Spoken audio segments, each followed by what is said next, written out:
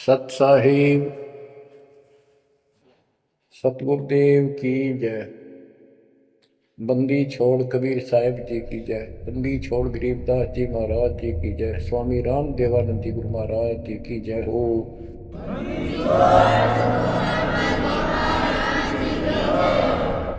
सर्व संतों की जय, सर्व भक्तों की जय, धर्मी पुरुषों की जय। श्री काशी धाम की जय, श्री छुड़ानी धाम की जय, श्री क्रोथा धाम की जय, श्री बरवाड़ा धाम की जय। सत साहिब गरीब नमो नमो सत पुरुष को नमस्कार गुरु के नहीं। सुर नर मुनिजन साधुआ संतों सर्वसदी नहीं। सतगुरु साहेब संत सब दंडोतम प्रणाम। आगे पीछे मध्य हुए तिनको जा कुर्बान। नराकार निर्विषम काल जाल भय बंधन। निर्लेपम निज निर्गुणम सकल अनुपेशंदनम। सोहम सुरति समापतम सकल समाना निर्पल। उज्ज्वल हिरंबर हरदम अम्बे पर्व अथाह वार पार नहीं मध्य तुम। ग्रीव दोष मरत सिद्ध होई गणनायक गलताना। करो अनुग्रह सोई पारस पद परवाना। आदि गणेश मनाऊं गणनायक देवन देवा। चरण कमल लाऊं आदि अंत करूं सेवा। परम शक्ति संगीत अमृत सिद्धिदाता सोई। अविगत गुण अतीतम सतपुरुष निर्मोही। जगदम्बा जगदीशन मंगल रूप मुरारी। तन मन अर्पों शीसम भक्ति मुक्ति भंडारी। सुर नर मुनि जन ध्यामै ब्रह्मा विष्णु महेशा। शेष सहस मुख गावै पूज्य आदि गणेशा। इंद्र कुबेर सरीखा वरुण धर्म राय जावै। समर्थ जीवन जी का मन इच्छा पल पावै। 33 कोटि अदारा जावै सहस 88। उतरै बहुजल पारा कट है यम की फांसी। कबीर सतगुरु के उपदेश का सुनिया एक विचार। जय सतगुरु मिलते नहीं जाते नरक द्वार। नरक द्वार में दूत सब करते खेचा तान। उनसे कभू नहीं छूटता फिरता चारों खाने। कबीर चार खानी में भरमता कबहू न लगता पार। सो फेरा सब मिट गया मेरे सतगुरु के उपकार। जय जय सतगुरु मेरे की। जय जय सतगुरु मेरे की। सदा साहिबी सुख से बसियो। अमरपुरी के डेरे की। जय जय सतगुरु मेरे की। जय जय सतगुरु मेरे की। सदा साहिबी सुख से बसियो। अमरपुरी के डेरे।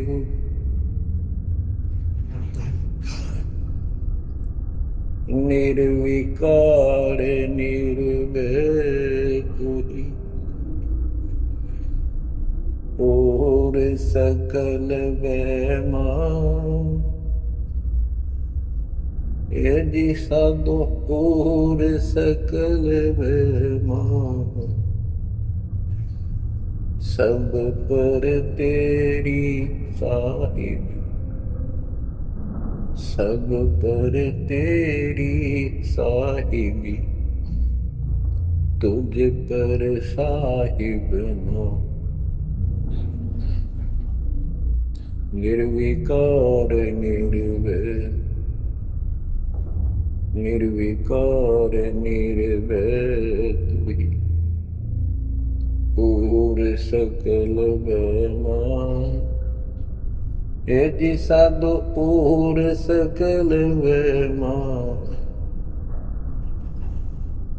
सब पर तेरी साहिब, सब पर तेरी साहिब, तुझ पर साहिब ना। निर्विकार निर्भय।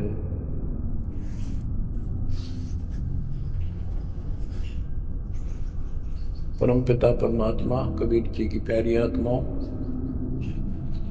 परमेश्वर की असीम रजा से, अपने पिता की असीम कृपा से आज इस घोर कलयुग के अंदर अपने को धर्म कर्म करने का प्रॉपर ज्ञान हुआ, विशेष ज्ञान विधिवत, और सच्चा ज्ञान, सच्चा भगवान, सच्ची भक्ति, और आपको पूर्ण सतगुरु प्राप्त हुआ।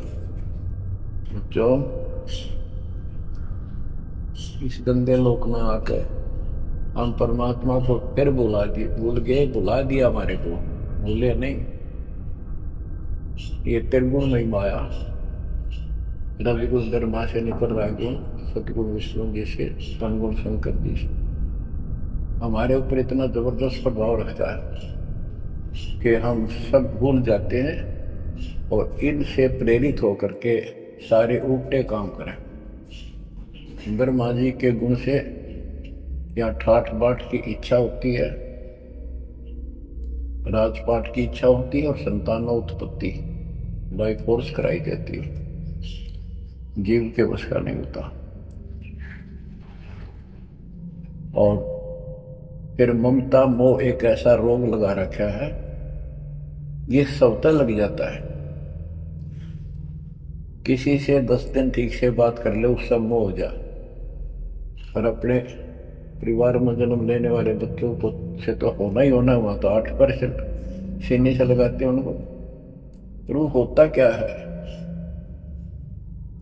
ये काल का आहार तैयार करवाया जाता है।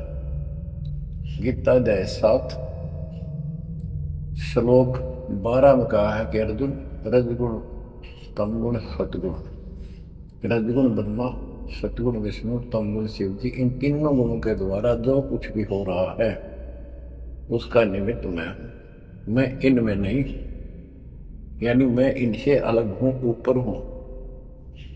रजगुण ब्रह्मा से उत्पत्ति, सतगुण विष्णु से वो ममता एक दूसरे में जकड़ देना, सतीथी बोल रहे इसको, टिके रहे यहाँ पर।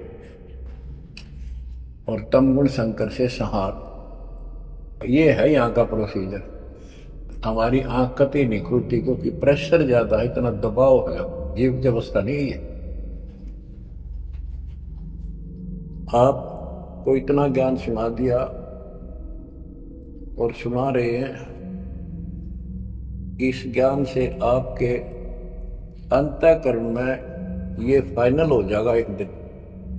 क्योंकि बार बार कोई वस्तु सुनते हैं, उसका धीरे धीरे असर बनना शुरू होता है। हम बातें सुनते हैं, सत्संग सुनते हैं, विचार मालिक के सुनते हैं, वाणी सुनते हैं, तो एक बार तो कति वैराग आ जाता है कि सचमुच बहुत गलत जगह फंस गए या कुछ भी अपना लेंगे। और उसके थोड़ी सी देर के बाद, क्योंकि हमें और काम भी करने होते हैं, ये व्यवस्था यहाँ की ऐसी है, तो फिर शाम तक कति भूल पड़ जाती है। बस मंत्र कभी कभी याद आ जाते हैं, करने हैं। सुबह दोपहर शाम की वो नियमित स्तुति भी याद रह जाती है।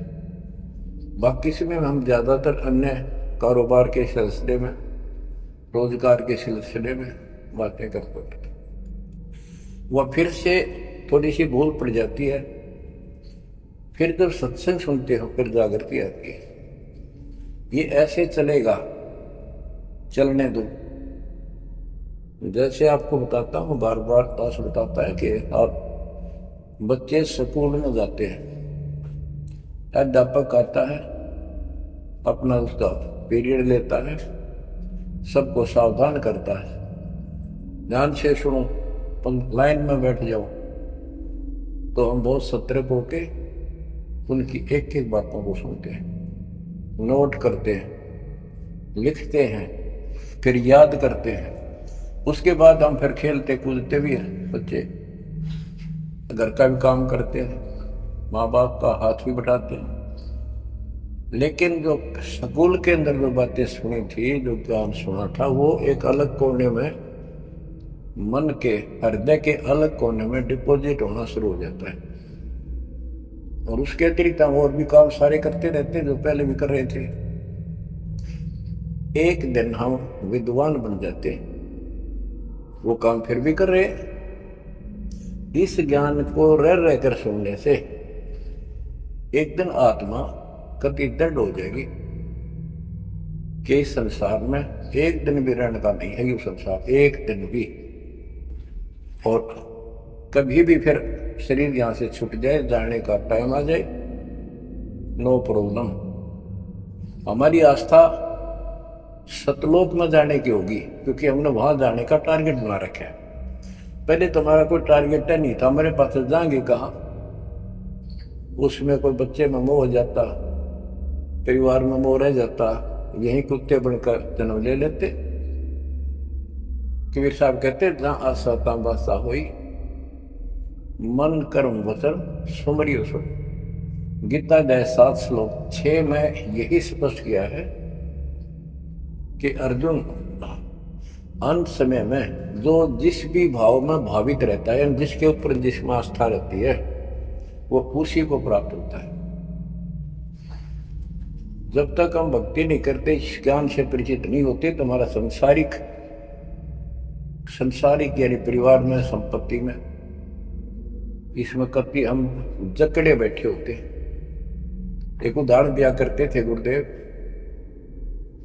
एक बूढ़े की मृत्यु होती, किसान था, पशु रक्षा करते थे। मृत्यु होने लगी, उसकी जुबान बंद हो गई। आसपास परिवार के सदस्य आगे, वही पिताजी तो अंतिम टाइम आ गया, वो आगे। तो थोड़ी देर के बाद वो ऐसे संकेत करने लगा, ऐसे इशारा हाथ से। उन्होंने सोचा भाई पिताजी कुछ कहना चाह है, हो सकता कोई धंधा रखा और बताना भूल गया, वो अचानक मृत्यु होगी। एक डॉक्टर बुलाया, उसने पता था कि एक बार ये बुलवा देगा, 500 रुपये लेगा, ऐसा इंजेक्शन लगाता है। वो बुलाया गया, उसने इंजेक्शन ला दिया। पिताजी बता जल्दी क्या कहना चाहो थे। एक गाय का बछड़ा झाड़ू मुंह में दे रहा था, उन्हें खराब कर रहा था। जो बोला देख यो बछड़ा झाड़ू चाबे, तुम कित मर गए, नाश करोगे मेरे जाए पक्ष है, ये नुकसान कर दिया। 2.5 आने की झाड़ू 500 रुपये पड़ गई हुए। जहां आसाता बासा हुई, वहीं पर कुत्ता गधा पशु बढ़कर वहीं जन्म लेगा। तो हमारी एक वृत्ति यहाँ से हटेगी। इस ज्ञान से अंतिम समय आप यहाँ कुछ याद नहीं आओगा। इस ज्ञान में सुनते रहे और भक्ति करते रहे, मर्यादित रहे। ज्ञान के साथ साथ यह भक्ति आपको सहारा देगी अंतिम समय में मन को उधर धकाने के लिए। वैसे नहीं धकता है, बहुत ताकतवर है। ब्रह्मा विष्णु महेश मन का आधार मान रहे। ये ज्ञान और इस भक्ति की शक्ति इस आत्मा को न धका देगी ऊपर। अंत समय में सेकंडों के अंदर सतलोक बैठे पाएंगे। इस पर लगे रहना, इस मार्ग से जैसे दास आपको बताता जाएगा। अमर करूं सतलोक पठाऊं, ताकि बंदी छोड़ करूं। कबीर साहब कहते हैं मैं अमर करूं सतलोक पठाऊं भेजूं, इसलिए बंदी छोड़ कर लाता।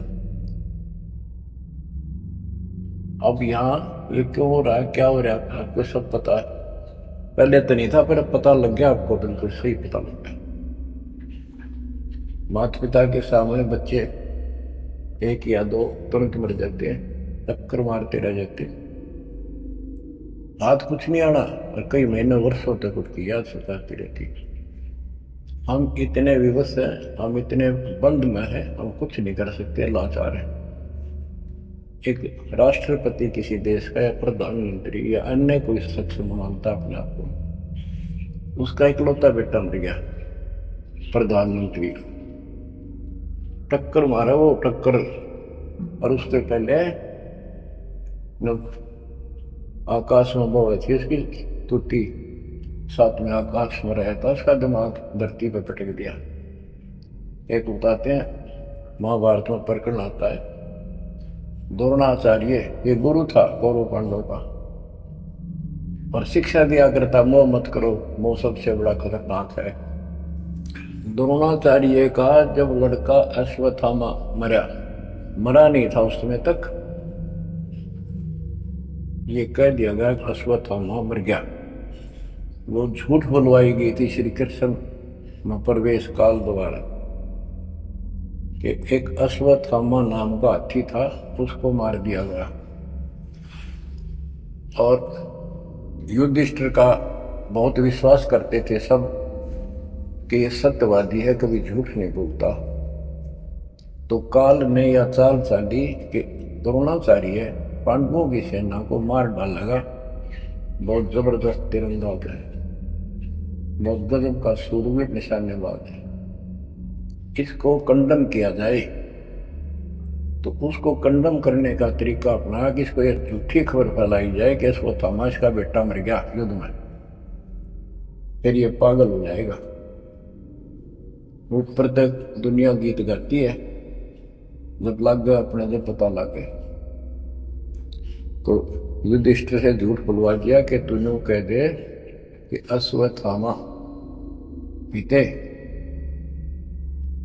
अश्वत्थामा मर गया, तेरी झूठ भी ना होगी, हाथी मर गया ना, ये हो जाएगा। तो पहले तो युधिष्ठिर माना नहीं, फिर ये कहा कि हाथी मार दिया है, कोई झूठ थोड़ी है, झूठ तो थी है न्यू थोड़ा। पहले हम छोटे से थे तो न्यू कहते अरे झूठ बोली तो पाप लगेगा, ना उंगली पर उंगली चढ़ा कर बोली थी, ये कौन पाप लगे। यानी ये अपने फार्मूले हैं, पाप तो लगेगा। तो सब ने कहा कि आपका बेटा अश्वत्थामा मर गया द्रोणाचार्य। तो बोला नहीं, मेरा बेटा नहीं मर सकता, नहीं मर सकता, उसको मारने की हिम्मत किसी में नहीं है। कि युधिष्ठिर कह देगा तो मैं मान जाऊंगा। तब युधिष्ठिर ने कहा अश्वत्थामा थे नर कुंजट, नर तो जोर तो बोल दिया, वाह कुंजट, भाई हाथी आदमी या हाथी ये नहीं कह सकता, वो मन मन में बोल दिया। तो यह बात सुनकर अश्वत्थामा थे, अश्वत्थामा मारा गया। आगे कड़ा सुना था द्रोणाचार्य नरवा कुंजर कह गया, वो इतना पागल ने ढाल हो गया, टक्कर मारा, कति कंडम हो गया, उसने हथियार भी नहीं उठा उसने। और पांडवों ने वो गढ़ जीत लिया उस साइड का जहां वो मोर्चा डटे खड़ा था। तो बच्चों ये मोह इतना जबरदस्त है, जीव के बस का नहीं है, और बनता कुछ नहीं, बचाओ कुछ नहीं। तो इसका बचाओ अब है तो ज्ञान हो, ये ज्ञान जो दास बता रहा है ये आपके हृदय में जच जाकती, ये कुछ भी अपना नहीं है, 100 की 100 साची है, पर मन मानने तैयार नहीं, आत्मा को दबाए रखा है। ये सब काल आहार हमसे पैदा करा जाता, जैसे कसाई बकरे पालता है, कसाई बकरे पालता है, उनके लिए चरागाह बनाता है, सुंदर तालाब बनाता है पानी पीने के लिए, उनके लिए छाया गर्मी सर्दी ओलों से बचने के लिए शेड डालता है। पहले झोंपड़ी डाला करती थी तो उस घास फूस के और लकड़ी, अब टीनों का शेड बनाते, पंखे लगा दिए। और ये समझो कि जैसे कसाई ने 3 पाली रखे हैं नौकर, एक बकरे मोल लाके वहां छोड़ता है, दूसरा उनकी पालन पोषण करता है, और तीसरा उनमें से निकाल के और अपने कटवा देता, बेच देते हैं, कसाई को सौंप देता है। ये प्रोसीजर है यहाँ पर। जैसे कसाई कभी कभी आता रहता है, बकरों को देखता है, संभालता है, तो उनके कमर पे हाथ मारता, शरीर पे, और वो उसको अपना एक बहुत हमदर्द मित्र मानते हैं, मालिक मानते हैं। देखो हमारे को कितनी सुविधा दे रखी है, पानी का, घास क्या, गर्मी सर्दी से बचने का। वो देखता तो हाथ मार के ऐसे है कि ये कितनी कीमत का हो गया, कितना मांस है इसमें। और वो समझते हैं ये प्यार करे हमारे से, कसाई लाड करता है, वो भी उसको प्रतिफल में जीभ से चाटते हैं, उसका हाथ प्यार करते हैं। और कई कई तो उसके ऊपर पैर फैला कर उसको प्यार देना चाहते, सीने से लगाना चाहते बकरे। ऐसा पशु भी प्यार देते हैं, उसको अपना मानते हैं।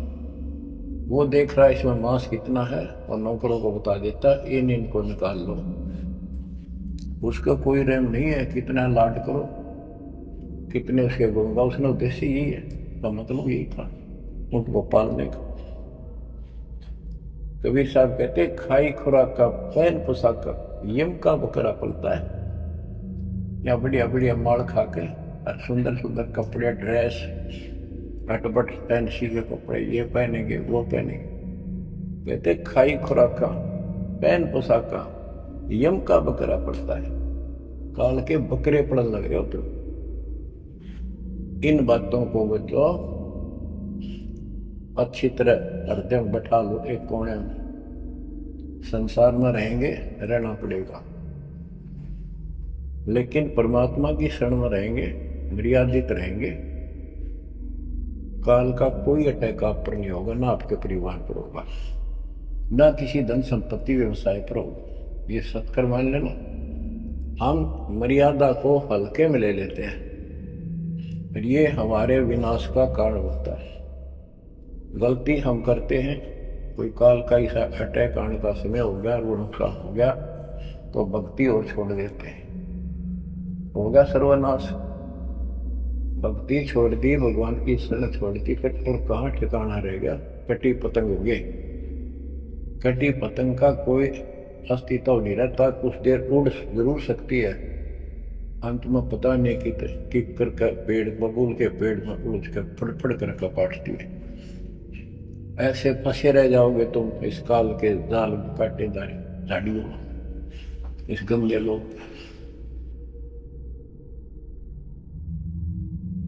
तो बच्चों इस बात का सख्त ध्यान रखो, यदि आपने यहां से निकलना है, मर्यादा ना टूटे। और मर्यादा या पता नहीं कितने प्रकार से टूट जाती है। जैसे हमने किसी को सेवा दे दी, भाई यह सेवा कर लो, शुक्रिया दाता का, मजदूरी मिली, खुश हुई, फिर कह दिया ये त्याग दे, छोड़ दी, दूसरे को दे दी। बता फिर दुख क्यों मानना, फिर दुख मानते। मैं ये समझा, इतना ज्ञान होकर भी तुम ऐसी बातें करते हो, तो शुक्र मनाओ और 100 बार हाथ जोड़ कर भाई बहुत अच्छा, गुरुदेव का आदेश है कि भाई सेवा कर लेगा, मुझे भी और सेवा दे दियो कोई, मेरी नीयत से सेवा करने की। अन्ना मिला तो अपना सबर करे, भक्ति करे, सत्संग में जाओ। 100 सेवा है आश्रम में करने वाले, बहुत सी सेवा होती। तो एक बात का बंद कर नहीं बैठना चाहिए। ये प्रार्थना आती है, मेरे को कोऑर्डिनेटर की सेवा फेर दियो, ये भी कमजोरी है। जैसे एक डॉक्टर के पास बूढ़ा आदमी गया, कमजोर सा, वृद्धावस्था में अस्थि पिंजर बने जा शरीर का, जाके बता डॉक्टर जी मैं खड़ा होता हूँ तो चक्कर आते हैं, क्या कारण है? डॉक्टर बोला कमजोरी है, वीकनेस ऑफ बॉडी। बोला पिंडी दुख है, पिंडी पैरों की। डॉक्टर बोला कमजोरी है। फिर वो व्रत बोला जी मेरे सारे शरीर में भड़कुआ रहती है, यानी सारे शरीर में दर्द सा बना रहता है, चबक चबक नाड़ी करती है। डॉक्टर बोला कमजोरी है। वो वृद्ध गुस्सा होकर बोला डॉक्टर ने, तो डॉक्टर है गम चक्कर है, एक का बात जाना है कि कमजोरी है कमजोरी है, और भी तुम्हें बताओगा। डॉक्टर बोला ये भी कमजोरी है, this is also due to weakness, ये क्रोध भी कमजोर आदमी ने घनाया कर, यह भी कमजोरी है। तो बच्चों यह सारी कमजोरी है जो मर्यादा से नारी हटकर करूंगा, चाहे कुछ भी कर लियो। मर्यादा को हल्के मना लो। जैसे हमने इतने सारे नियम बना दिए, भक्ति करनी है तो इनका पालन करना पड़ेगा, नहीं तो फिर गधे बनकर कुमार के नियम में चलना पड़ेगा। एक कदम भी अपनी मर्जी से नहीं जा सकते, बैल बनकर नाथ डल जाएगी, छच्चर बनकर बग्गी में दौड़े जाओगे रेडी में, फिर चलेगी क्या आपकी मर्जी। असंग जनों तन मृत्या हो गए जीवित करना रे, दवा दस दर मद मैल मत बोरे बोर ना दे धरे। तो बच्चों जीवित मर लो, इन बातों को छाती में धर लो, हृदय में बैठा लो, कति मस्तिष्क में। ये संसार आपका नहीं है, ये परिवार आपका नहीं, ये संपत्ति या कार कोठी तेरी नहीं, गरीब काया तेरी है नहीं, ये माया कहां से हो। चरण कमल में ध्यान रख, इन दोनों को खोल, इनको भूल जा, अपने गुरु जी के चरणों में ध्यान रख, उनके बताए दिशा निर्देश के आदेश से आधार से अपना जीवन निर्वाह कर। बच्चों आंख खोल लो, बार बार ये बातें बताई जाती हैं।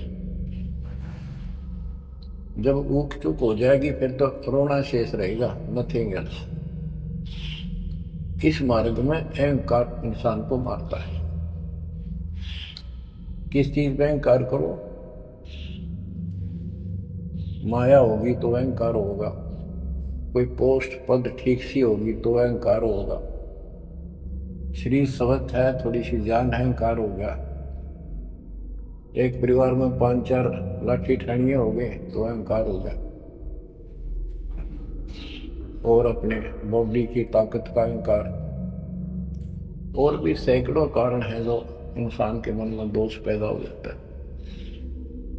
तो ये इंसान का सबसे बड़ा खतरनाक शत्रु है। परमात्मा को अहंकार पसंद नहीं, और छोटी मोटी गलती को माफ कर सकता है।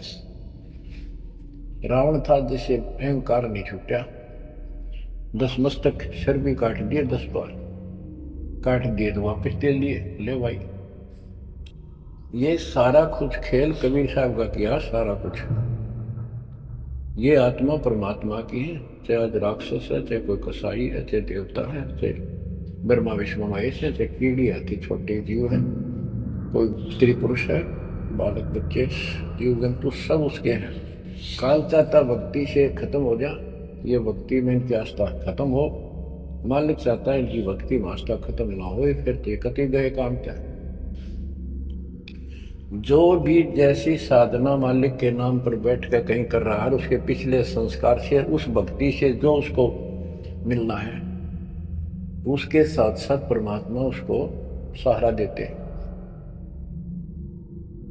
जैसे रावण ने सिर काट दिया शिव जी के निमित्त, तो भगवान के नाम काटा उसने, वो भगवान की खोज में निकला था।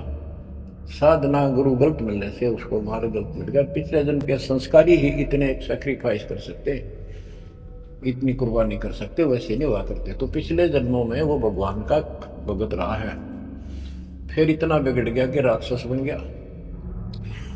तो उस मालिक ने उसको 10 शीश वापस दिए, लेकिन बकवाद करी तो अंत बुरा हुआ। उसके कर्म मधु सिद्धि दिशि की, उनसे धन दे दिया, वो धन भी यही छोड़ गया। गिरव सर्व सोने की लंका होती, रावण से रण दी, एक पलक में राज विराजी जम के पड़े दी। मन तो सुख के सागर बसरे, और न ऐसा यसरे। क्या मांगो कुछ थिर ना राही, देखत नैन चला जग जाई। एक लख पूत सवा लख नाती, उस रावण का आज दीवान बाती। एक पुत्र मांगते फिरते, एक बेटा देते, हे भगवान बेटा हो गया। बेटियों की तो हम गिनती नहीं करते, बेटा चाहिए बेटा। वो किस लिए उगलछवी पैदा कर रखी थी कि बेटा ना होगा तो गति नहीं होगी माँ बाप की। क्योंकि अंत समय में जेठा बेटा, बड़ा पुत्र माँ बाप का अंतिम संस्कार करे, यानी उसने फूका, फिर उसकी अस्थि डाल करावे, फिर उसकी क्रियाक्रम करावे, तो उसकी गति हो। और जिसका बेटा नहीं, उसकी गति नहीं हो सकती। उसको तो संतान वाला मानते भी को नहीं, मना नहीं करते थे। अब तो ये चांदना होगा, रोशनी होगी, बेटा बेटी है। कितनी मूर्खता का काम था। लेकिन काल ने तो उल्टी पढ़ाई पढ़ानी, उल्टा रास्ते डालना, वो होना। एक परंपरा बनाकर बैठ गए, वो एक लकीर गया फकीर बन गए। जैसे राजा दशरथ का सबसे बड़ा बेटा रामचंद्र था, उसको राज दे दिया। और बच्चों फिर उसको वनवास देना पड़ गया मजबूरी में। रामचंद्र जी वनवास में चल पड़े। राजा दशरथ का इतना मोह था अपने बच्चों में, रामचंद्र में विशेष, और जो बिछुड़ा उसमें ज्यादा हुआ करे। तो नो चल पड़ा, महल के ऊपर चढ़ के देखा, दिखता रहा, फिर नहीं दिखा तो चौबारे की अटारी पर चढ़ गया। चौबारे पर चढ़ कर जहां तक उससे दिखा, फिर मंडेर पर चढ़ गया, एडी ठाई गिर गया, वहां से जमीन पर गिर गया, गिरते मर गया। अब रामचंद्र वापस नहीं आया, उसका अंतिम संस्कार किसने करा? वो पूछने वाला मंदबुद्धियों ने, जो दुनिया को भ्रमित क्या करते थे, किसी की अकल वहां नहीं गई वहां तक। जेठा बेटा था ही नहीं, फिर उसके अंतिम संस्कार किसने करे? दूसरा न करे होंगे। तो ये बात कहने की है, तो इसका मतलब उसकी गति हुई नहीं, बेटा होते हुए भी अंतिम संस्कार नहीं कर सका। तो इन बातों ने छोड़कर सतगुरु कबीर साहब द्वारा जो ज्ञान दिया है, इस पे दृढ़ हो जाओ।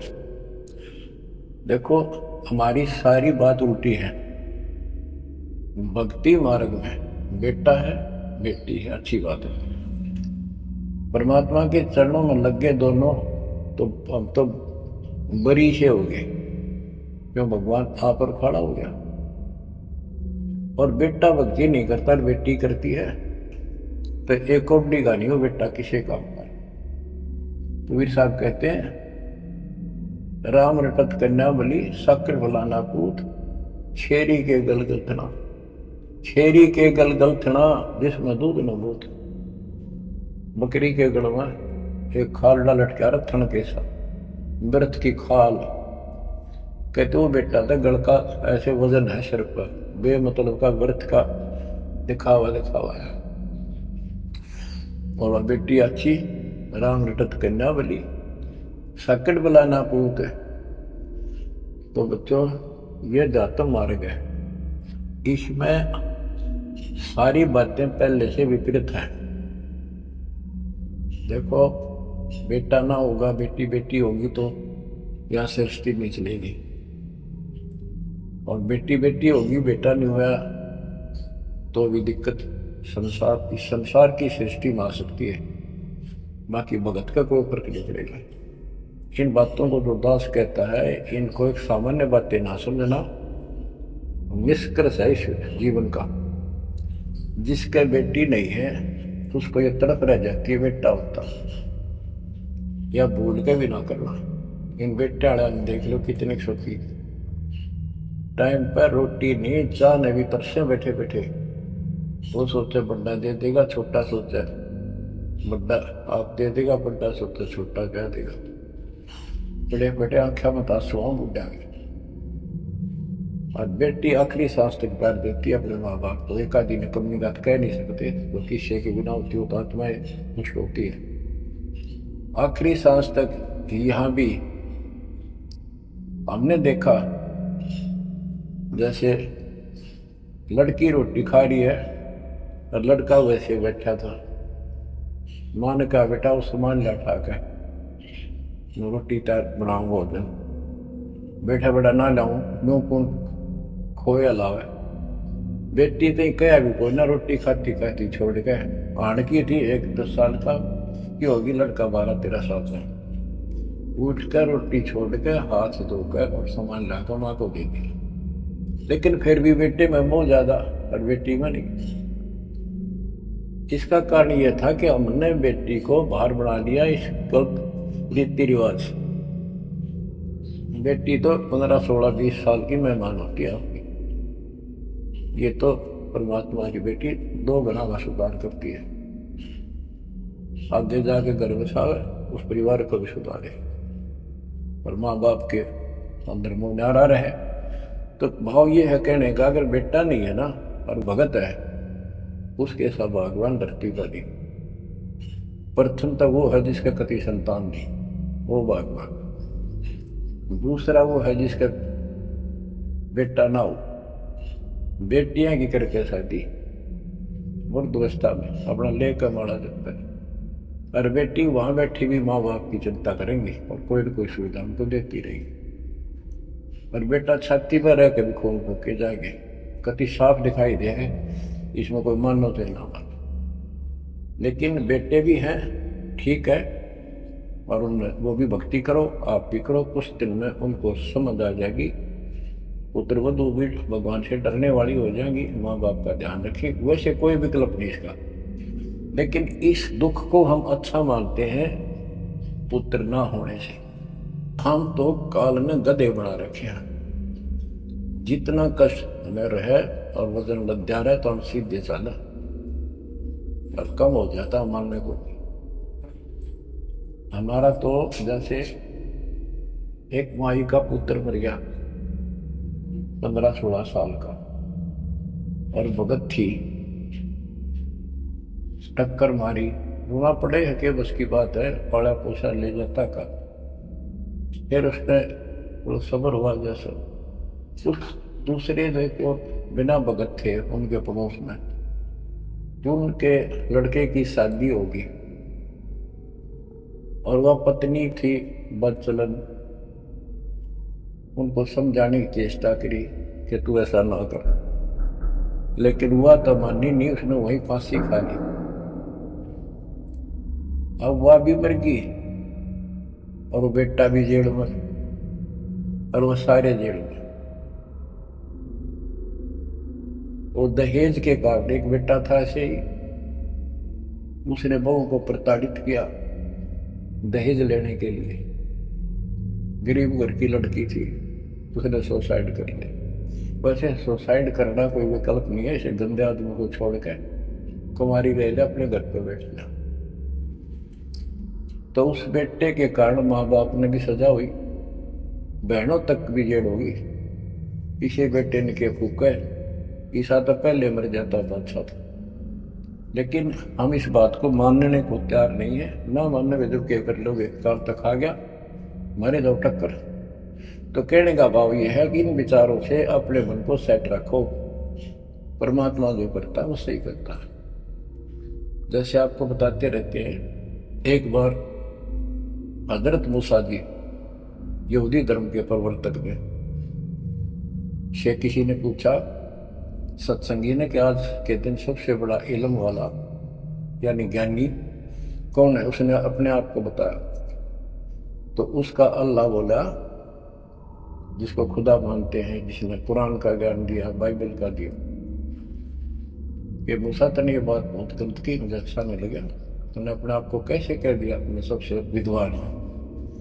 अब मूसा जी भी अपनी जगह ठीक थे जी, यो ज्ञान आपसे प्राप्त हुआ, आप भगवान खुदा हो, और खुदा जो ज्ञान देता हुआ सबसे उत्तम होता है, ना उसी के आधार पर कह दिया। बोला नहीं, तेरा ज्ञान तो अलखिजर के ज्ञान के सामने पास में कुछ भी दिए। तो अलखीदर के पास मूसा जी पहुंच गए। अलखीदर जी ने कहा, कबीर साहब थे वो, कि मेरी तो बातों को माननेगा नहीं, विश्वास नहीं करेगा, जो मैं को बातें माननी पड़ेगी, तो ऑब्जेक्शन नहीं होना चाहिए, और बोल लेगा नहीं, सुन देखता देखता रही।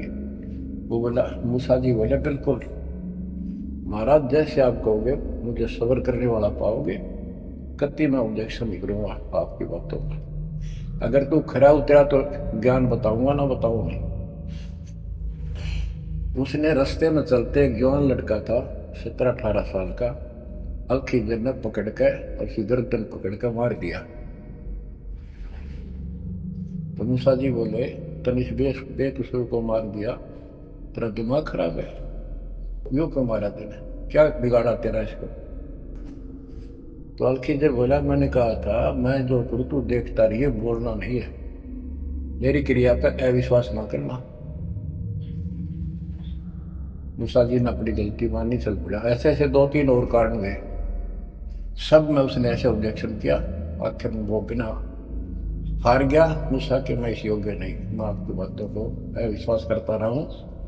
लास्ट बताया जाए कि इस क्रिया के बाद तो फिर ऑब्जेक्शन किया तो मैं तेरे से बात नहीं करूँगा, ना पे बताऊंगा। ज्ञान बोला भी ठीक है, उस पर भी हार गया वो। तब अलखीदर बोला, सुन ले, ज्ञान तो तूने बताऊ नहीं, तो वो लड़का क्यों मारा था? वो ऐसा दुष्ट पैदा हो गया था, इसके माँ बाप भगत हैं और उनको इतना परेशान करता, वह रो रो का टाइम काटते। उसके स्थान पर भगवान ने उनके घर में 50 साल की उम्र में एक बेटी का जन्म दिया, उनका सुखी जीवन मिला। ये प्रमाण है उसके अंदर, बाइबल के अंदर। तो बच्चों, ये सत्य मान लो, मान ले जो करे उसको सही मानो। ऊप चूक हो भी जा तो भगवान से दूर ना हो जाना। वो जो करेगा भगवान कभी गलत नहीं करेगा, ये तो आपने मानना ही पड़ेगा। गलत तो हम करे बैठे, हाँ यू काल करवाने लगे, पर रोज गलत हुआ है, एक दिन भी को नहीं। तो बच्चों, परमात्मा की प्रत्येक क्रिया पर विश्वास रख कर चलो तुम। हमने चाहे कितना नुकसान होता दिखे, राज्य क्रमता राम की रजा दरशीष, दास गरीब दरस परस तिस बैठे जगदीश। हम अपनी विचारधारा को ऊपर रखा है, जो घिसी पट्टी और बिल्कुल बकवादों से भरी होती है। इस कारण से हम भगवान पर विश्वास, गुरु जी पर विश्वास और सब क्रियाओं पर विश्वास करके अपने कर्म छोड़ कर फिर काल के जाल में फंसे रह जाते। और वहां कुछ है ही नहीं वो तो सारे उल्टे कर्म, बेसिक परंपरा बनावटी है। बच्चों, विश्वास करो अपने बंदी छोड़ पे, विश्वास नहीं करोगे तो मार खाओगे।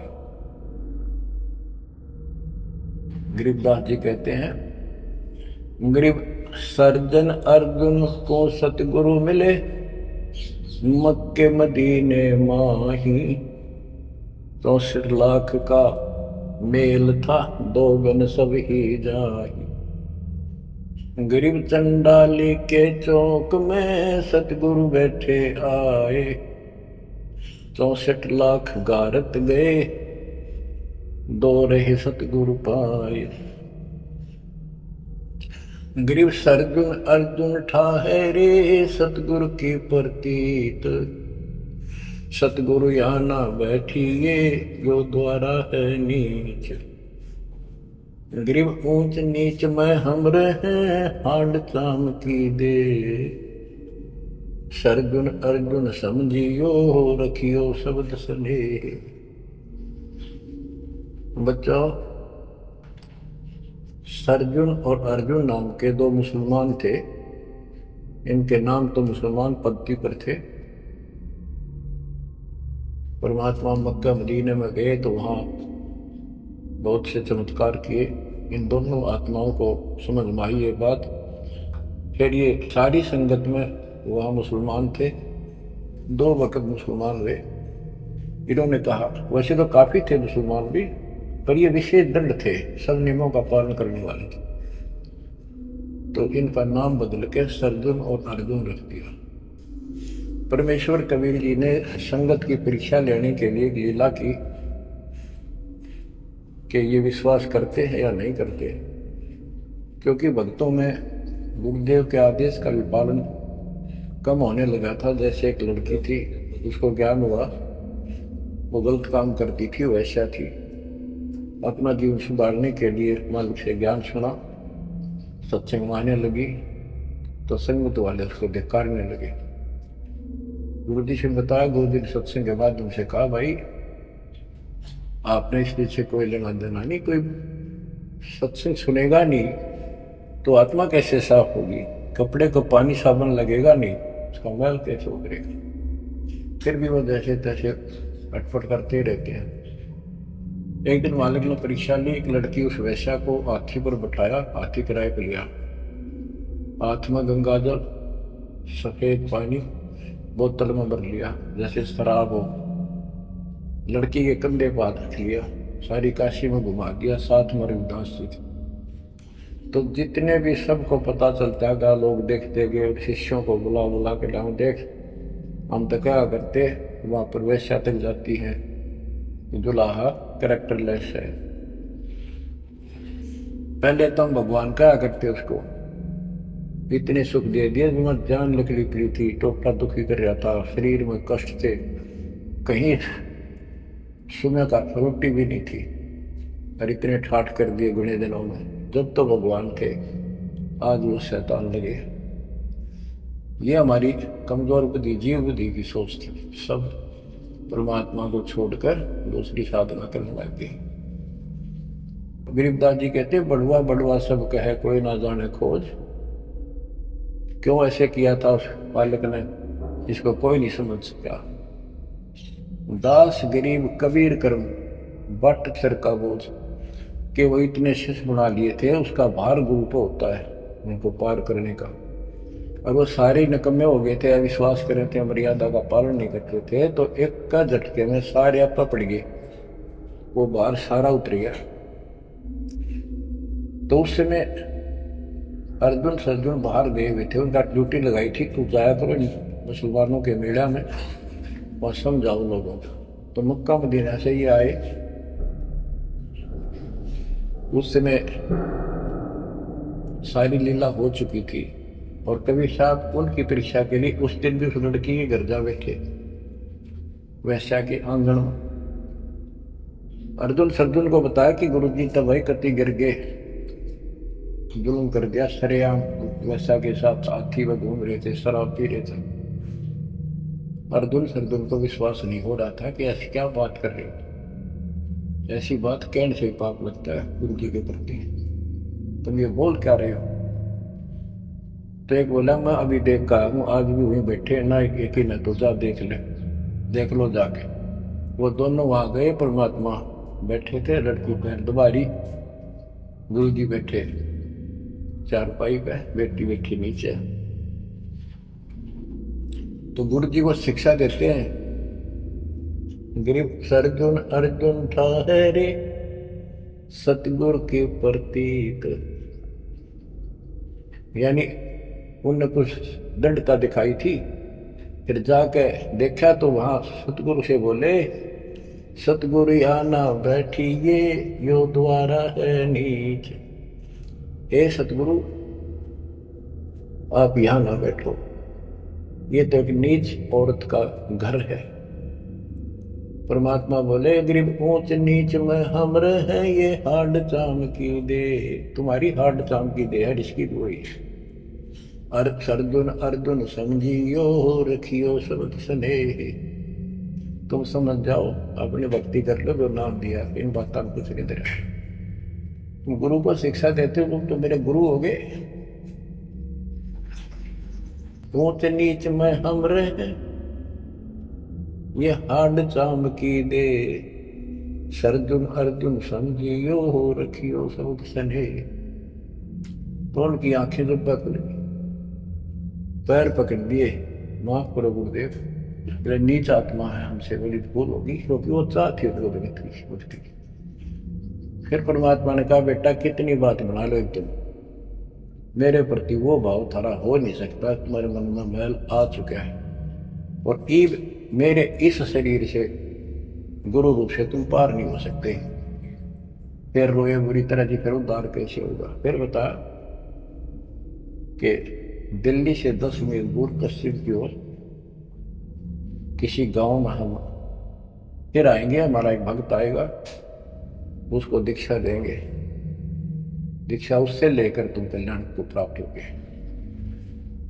तो वो कहते हैं वहां से चल के वृद्धावस्था में हमायूं गांव है खरखोदे के पास, वहां आकर उनके कति वृद्ध हो गए, मालिक की कृपा से वो 200 साल दिए ऊपर से।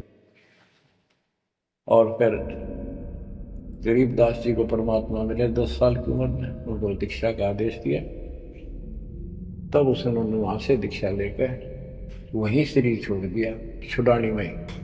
उनकी अभी तक हमारे सामने बताओ थे, हम जाने लगे थे कि अब 2-3 साल पहले, 10 साल पहले, या भोरी वाले महाराज आया करते गरीबदास जी, उन्होंने वो मंडी खुदवा दी, उनके दोनों की यादगार बनी हुई थी, इसलिए खुदवा दी कि लोग इन पूजन लाग जाए गरीबदास जी को छोड़ के। तो कहने का भाव यह है बच्चों, आंख खोल लो, इन बातों को चिंतरा, गुरु के प्रति कभी अविश्वास नहीं होना चाहिए, और परमात्मा की प्रत्येक क्रिया को शिरोधार्य होना चाहिए। आंख खोल लो, परमात्मा बार बार यह मौका नहीं देगा आपको, समझा है तो सिर दर पाऊं, बोर नहीं रे ऐसा था। ये संसार समझदा नहीं, कहंदा शाम दोपहरे, गरीब दास ये वक्त जात है, रोगे इस पैरे। भक्ति नहीं करते वो न्यू रोएंगे, गलत साधना कर रहे वो रोएंगे। ये सच्ची भक्ति करके मर्यादित ना रहे तो तुम रोओगे।